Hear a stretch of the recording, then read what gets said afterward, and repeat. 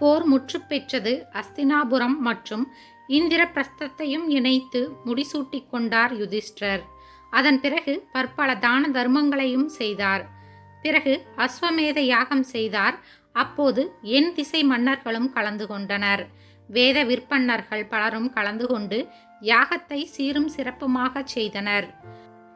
வந்திருந்த அனைவருக்கும் அறுசுவை உணவுகளும் பரிமாறப்பட்டன. மக்கள் அனைவரும் மந்திர ஒளியில் மயங்கிப் போயினர்.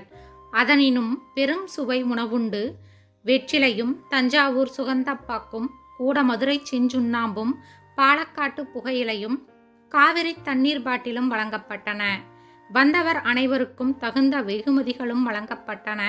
பார்ப்பனர்களுக்கு பட்டுப்பொருத்தி தங்கப்பசுக்கள் தானமாக வெள்ளிப்பேலையுடன் கன்றுடன் தானம் செய்தனர்.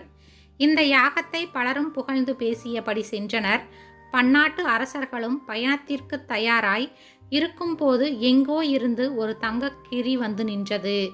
தானம் செய்திட்ட இடத்திற்கு சென்று புரண்டு புரண்டு பார்த்தது. அந்த கீரியின் உடல் ஏற்கனவே பாதி பாகம் பொன்னாகவே இருந்தது. அதனை பார்த்தவர்கள் அனைவரும் அதிசயம் அடைந்தனர். மேலும் கீரியோ அர்த்தநாரி ஈஸ்வரனை போல பாதி உடம்பு தங்கமாகவும் பாதி உடல் சாதாரணமான கீரியாகவும் கண்டவர் ஆச்சரியப்பட்டனர். அவர்களை பார்த்து அந்த கீரி நகைத்தது. அதனை கண்ட மன்னர்களும் திதிகளும் ஆச்சரியப்பட்டனர். கீரியே, நீ யார்? இங்கு எதற்காக வந்தாய்? உனக்கு என்ன வேண்டும் என கேட்டனர். பேயா பிசாசா என்றும் கேட்டுவிட்டனர். அந்த கீரியோ சாவகாசமாக, நீங்கள் சொன்ன ஏதும் நான் இல்லை. உஞ்சவர்த்தி பிராமணன் செய்த அளவு கூட இருக்காது இந்த அஸ்வமேத யாகம் மற்றும் இங்கு நடக்கும் தான தர்மங்கள் என்றது. ராமன் தன் கரத்தில் உள்ள கோலை ஒரு அந்தணரிடம் தந்து, இதை வீசியெறி, எதுவரை செல்லுகிறதோ அதுவரையுள்ள அனைத்து பசுவையும் ஓட்டிச் செல் என்றார். அவரும் கோலை வீசினார். ராமன் கூறியபடி தந்தார். கோவிந்தராஜனானார். அப்படியும் திருப்தியடையாத அந்தணன் இன்னும் சிறிது தூரம் சென்றிருந்தால் இன்னும் 10 பசுக்கள் கிடைத்திருக்குமே என்று ஆதங்கப்பட்டானாம். ஆம், நீ என்ன சொல்லப் போகிறாய்? சொல் என்றனர். பிறகு சாஸ்திரப்படியாக நடந்திட்ட இந்த யாகத்தில் என்ன குறை கண்டீர்? யாகத்திலா தானத்திலா? ஏன் நிந்தித்தாய்? சொல் என்றனர் யாகத்தினை நடத்தியவர்கள். அதெல்லாம் ஒன்றுமில்லை, நான் சொல்லுவதையும் சற்று செவிமடுக்க வேண்டுகிறேன் என்றது கீரி. நான் சொல்லுவது அனைத்தும் உண்மையே. போர் ஏற்படும் முன்னர் ஒரு உஞ்சவர்த்தி அந்தணர் வாழ்ந்து வந்தார். அவர் பயிர் செய்த நிலத்தில் நெல்லை கட்டி எடுத்து வந்த பிறகு அதில் சிந்தி கிடக்கும் தானியங்களை பொறுக்கிச் சென்று தாங்கள் உண்டு பிறருக்கும் வழங்குவார். அதிதிகளுக்கு அன்னம் பாலிப்பு செய்திடுவதில் தலை சிறந்தவராக விளங்கினார். அன்றன்னைக்கு தேவையானதை மட்டுமே சேகரித்து வந்து பசியால் வாடுவோருக்கு அமுது படைப்பது வழக்கமாய் கொண்டிருந்தார். பிறகு அறுவடை காலமில்லாத நாட்களில் ஊரில் உள்ள சில வீடுகளில் மட்டும் அன்றைய தேவைக்கு ஏற்ற அளவு மட்டுமே உணவோ தானியமோ காய்கனிகளோ பெற்று வந்து தானும் வீட்டில் உள்ளவரும் விருந்தினருக்கும் அளித்துண்டு மகிழ்வர். பகுத்துண்டு பல்லுயிர் ஓம்புக என்னும் பாலிசியை உடையவராவார். தானியங்களை குத்தி சுத்தம் செய்து பிறகு சமையல் செய்து பகிர்ந்து உண்பார்கள். எல்லோரும் அவரவர் வேலையை முடித்த பிறகு உண்ணும் போது தற்காலத்தில் ஒன்றாய் அமர்ந்து உண்பது போல் வந்த விருந்தினரையும் உடன் அமர்ந்துண்ண வைப்பார்கள். எந்த ஒன்றும் எல்லா நாளிலும் கிடைக்காது. சில சமயங்களில் ஏதும் கிடைக்காத பட்சத்தில் முந்தைய நாள் பொருளில் மீதமுள்ளவற்றை கொண்டு அன்றைய பொழுதை கழித்திடுவார்கள். மழையில்லை, பயிர் விளைச்சல் இல்லை. மக்கள் உணவுக்கும் தண்ணீருக்கும் துன்பப்பட்டனர். அதனால் உஞ்சவர்த்திக்கு ஒருவரும் உணவை வழங்கவில்லை.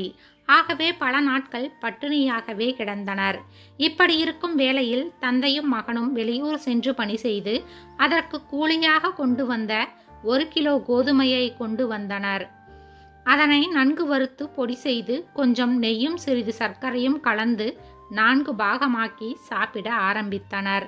அந்த வேளையில் வெளியில் ஒரு பிச்சைக்காரர் வந்து, அம்மா பசிக்குது, ஏதாச்சும் இருந்தால் கொடுங்கள், சாப்பிட்டு 4 நாளாகிறது, பசி உயிர் போகும் போலிருக்கிறது என்றார். அது கேட்ட உஞ்சவர்த்தி பிராமணன் அந்த விருந்தினரை அழைத்து தன் பங்குள்ள கோதுமை மாவையும் சர்க்கரையையும் சேர்த்து கொடுத்து ஒரு குவளையில் நீரும் கொடுத்தார்.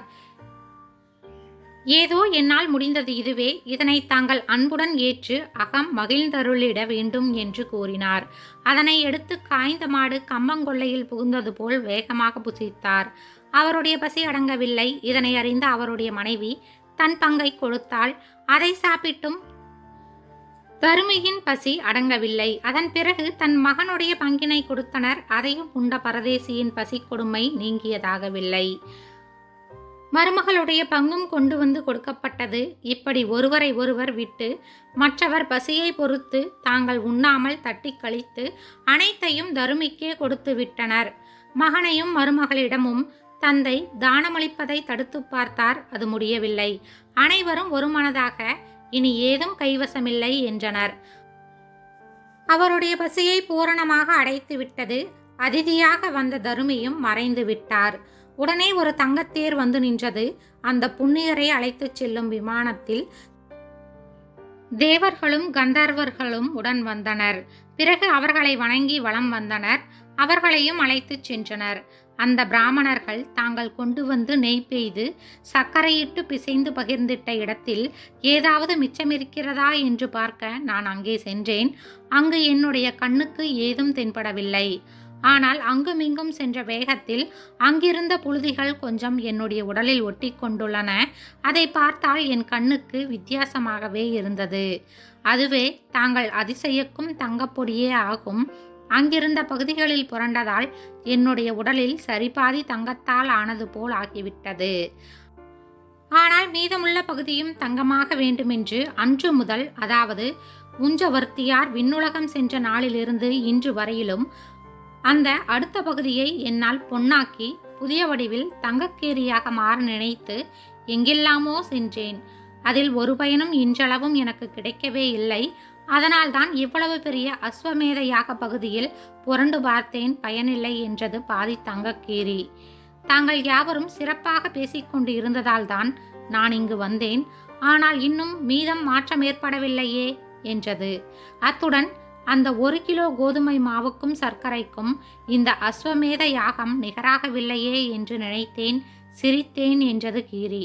பெருமை கொள்ளாமல் வறுமையுற்ற காலத்திலும் பசி என்று வந்து கொடுக்கும் தானமே சிறந்தது என கூறி மறைந்தது கீரி. தருமர் தலைவணங்கி சிந்திக்கலானார். அதனால் நாமும் இல்லை என வந்தார்க்கு இல்லை எனாதளிக்க வேண்டும். நன்றி.